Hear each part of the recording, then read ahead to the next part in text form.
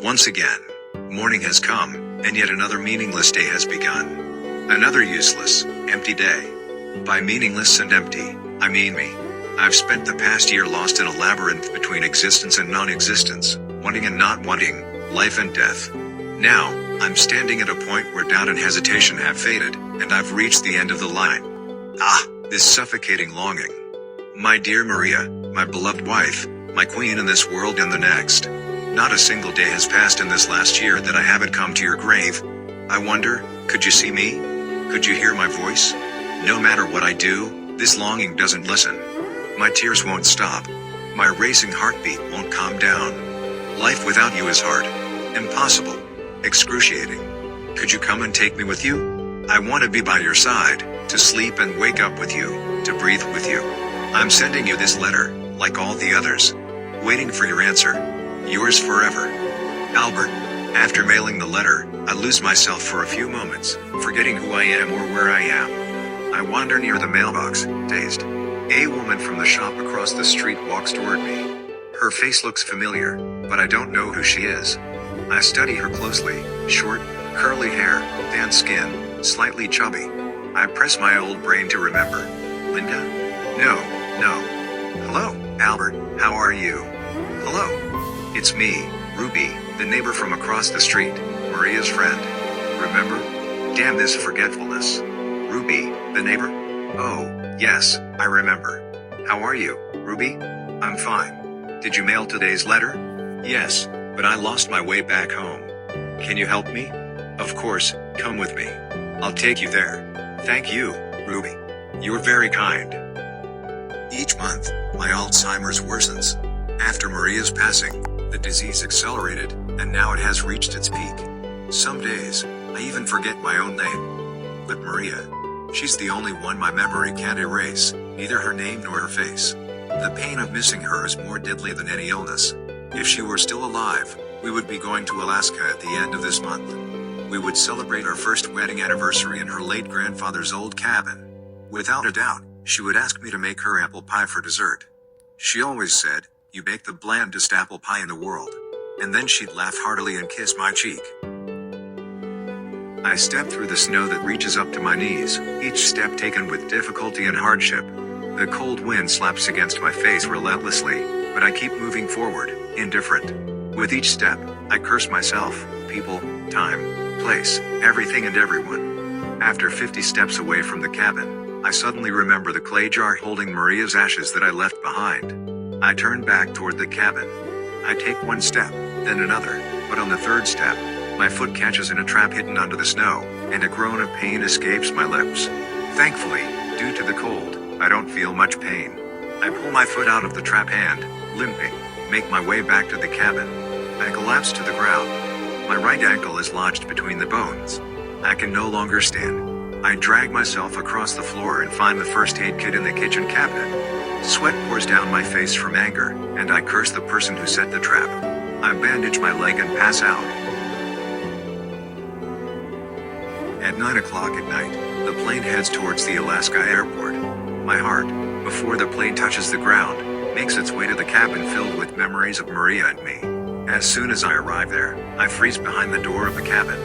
My hands lack the strength to open its frozen wooden door. A flood of uncontrollable tears pours from my eyes, covering my face.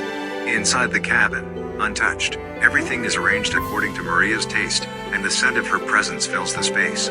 I search for her. For a few minutes, I forget that she is no longer here.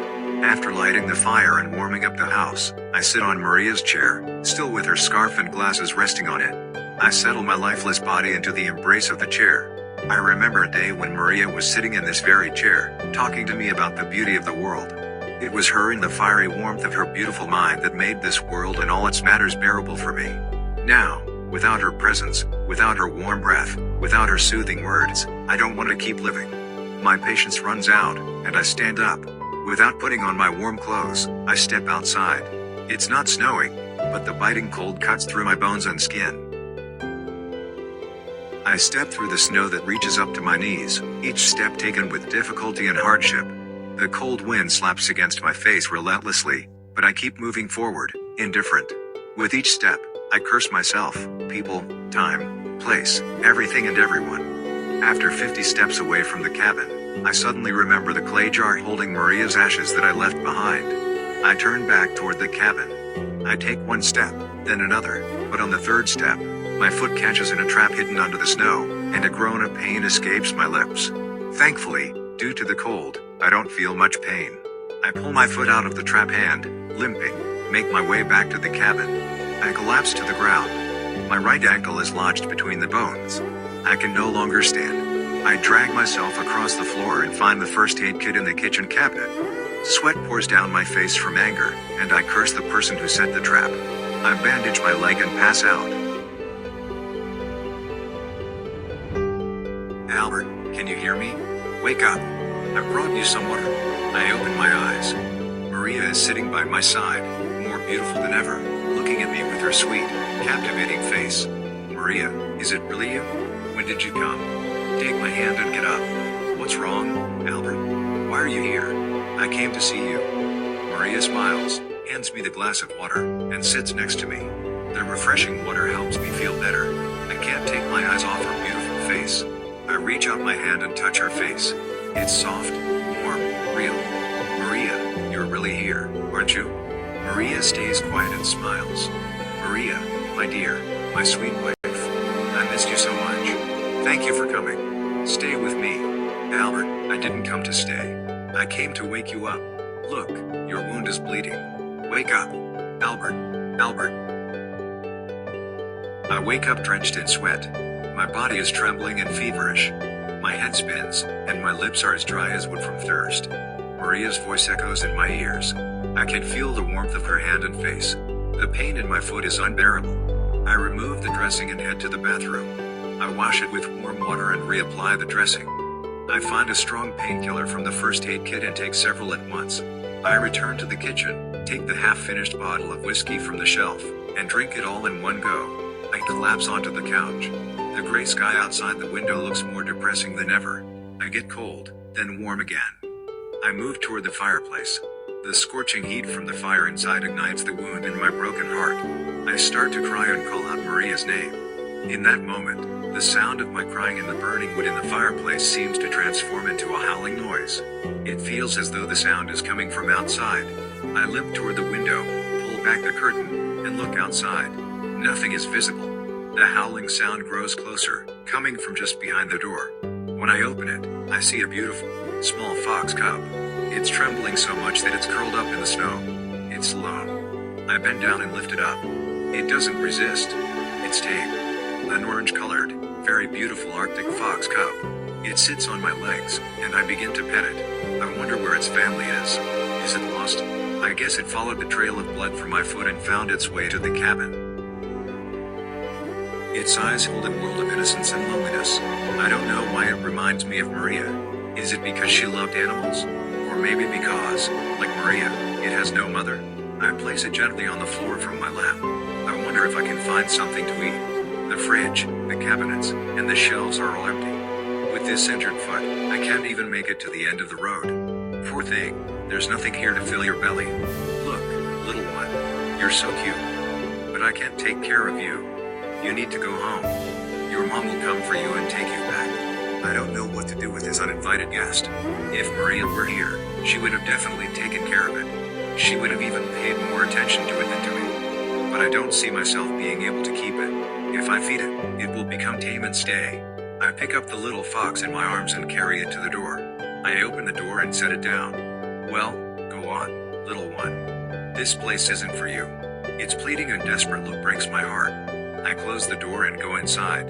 My mind is still on the little fox, and I wish I could hold it again. A few hours pass, and there is no sound from the little fox. I look through the window, but it's gone. To be sure, I open the door slightly. From the corner of the door, I see its small orange tail. I open the door and see the poor little fox lying on the snow, not moving. Frantically, I pick it up and carry it in a blanket to the fireplace. It isn't breathing. It's frozen. I massage its belly and chest. Little one, wake up, please.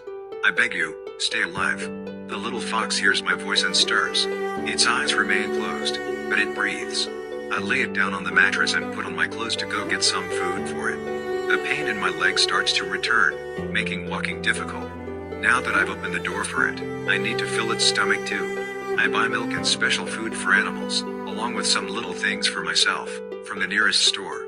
On my way back, I think about the fox cub's loneliness and vulnerability.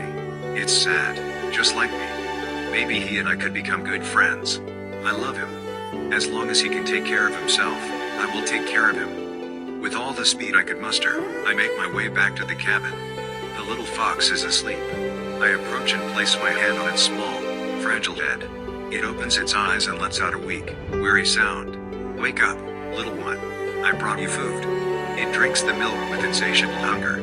Watching it, I feel joy and momentarily forget the pain in my leg. Once full, it falls back asleep. I sit on the chair next to the fireplace with my bandaged leg and reflect on the past day's events, on why I came here and how, with the presence of this helpless animal. I have reconsidered my decision. The little fox wakes up, sits under its feet, and yawns. I can't help but laugh at its behavior. It really is an adorable and beautiful little fox. I pick it up and fill the tub with warm water to give it a proper bath. Once it feels refreshed, it starts to play mischievously. It climbs all over me, gently bites my fingers, and taps at my hands and feet with its tiny, soft paws. I feel as if I've been living with it for years. Little one, you're so playful and mischievous. I think it's time to choose a name for you. Let me think. Maybe Pam, Angel, or Luna. Yes, that's it, Luna. It's a beautiful name. It suits you. Do you like it?